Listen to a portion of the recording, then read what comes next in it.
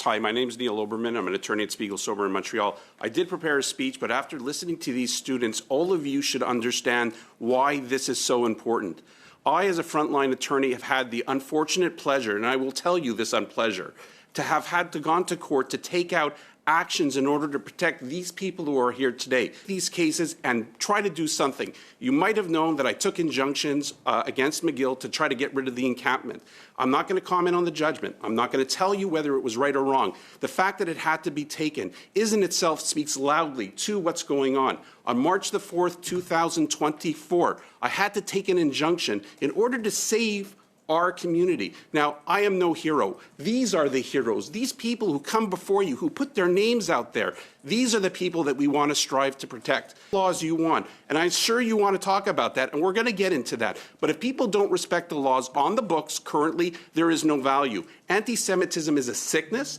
It has to be eradicated. But here's what's more important that is a sickness: ignorance, inability to understand things. Legislators can't legislate love. They can't tell you how to think, but they can legislate against hate.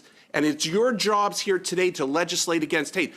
I'm not going to give you a course in law. You're the legislature. But I can tell you, every student that's come to me has said to me, Neil, why aren't people enforcing the law? The law of Concordia, the law of Dawson, the law of Vanier, the law of Canada, and the law of Quebec. We are a country of law. The rule of law is not to be trifled with. It is the core of our entity. I want to point out the top 10 worst list of things that I, Neil Oberman, besides these young people, had to deal with. A student goes to school in the morning. He gets dropped off by his mom.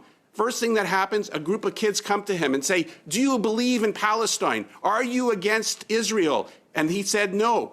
And they started beating him. And what did the teacher supervising the children do? They said, keep beating him until he says Palestine. This is not what Quebec and Canada are about. I am concerned. You should be concerned. The future is not Neil Oberman. The future is Nicole and Rachel and Natty and Michael. They're the future. But when you take their future away, you take Canada's future away. And that is why I'm urging each and every one of you, when you look at what's going on, come down to the level of the students and see what they're doing. So the other issues that have been raised during, unfortunately, what I've been doing is people don't want to stand up. They're scared of being heard. And you know what I say, Mrs. Chairman? If you do nothing, you get nothing. I choose to do something. I am here. They are here. I applaud you. I'm not here for them. I'm here for you. And I can tell you this. When you go back and you deliberate on what's next for you to do, take three things into account.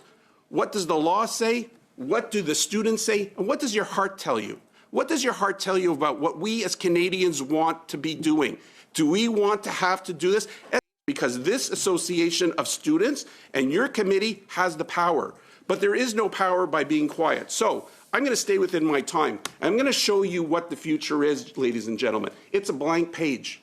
You have the opportunity, along with these people, to create a future for all of us that will be written not in blood, not in hate, but in love, that you can't legislate, but with respect. And you must understand that if we don't act now, we will not be able to stop the tide of anti-Semitism. It's an illness, and it's for this Parliament and our government to stop talking and start doing.